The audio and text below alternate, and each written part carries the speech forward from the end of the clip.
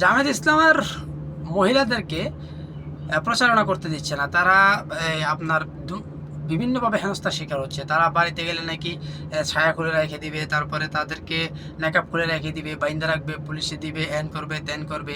আচ্ছা, তো এইটা হচ্ছে একটা ট্র্যাপ, এটা জামায়াত ইসলামের একটা ট্র্যাপ।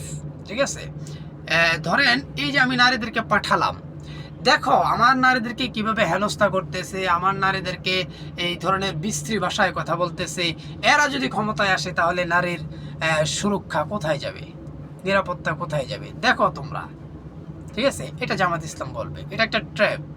এই ট্র্যাপটা ওই যাদের মাথা জ্ঞান আছে, মাথায় ঘিলু আছে তারা বুঝবে, আর যাদের মাথায় ঘিলু নাই তারা বুঝবে না। ঠিক আছে, জামাত ইসলাম বলতেছে তোরা কর, নির্যাতন কর, দেখো মানুষ, দেখো পুরো পৃথিবীর মানুষ, দেখো বাংলাদেশের মানুষ, দেখো তোদেরকে বয়কট করো, তোরা যে কত বড় মানে নারী নির্যাতনকারী, দেখো এই দেশের মানুষ দেখা তোদের, মানে তোরা এমন পচা পচবি, তোদের পচা গন্ধে এই দেশের মানুষ তোদেরকে বয়কট করবে।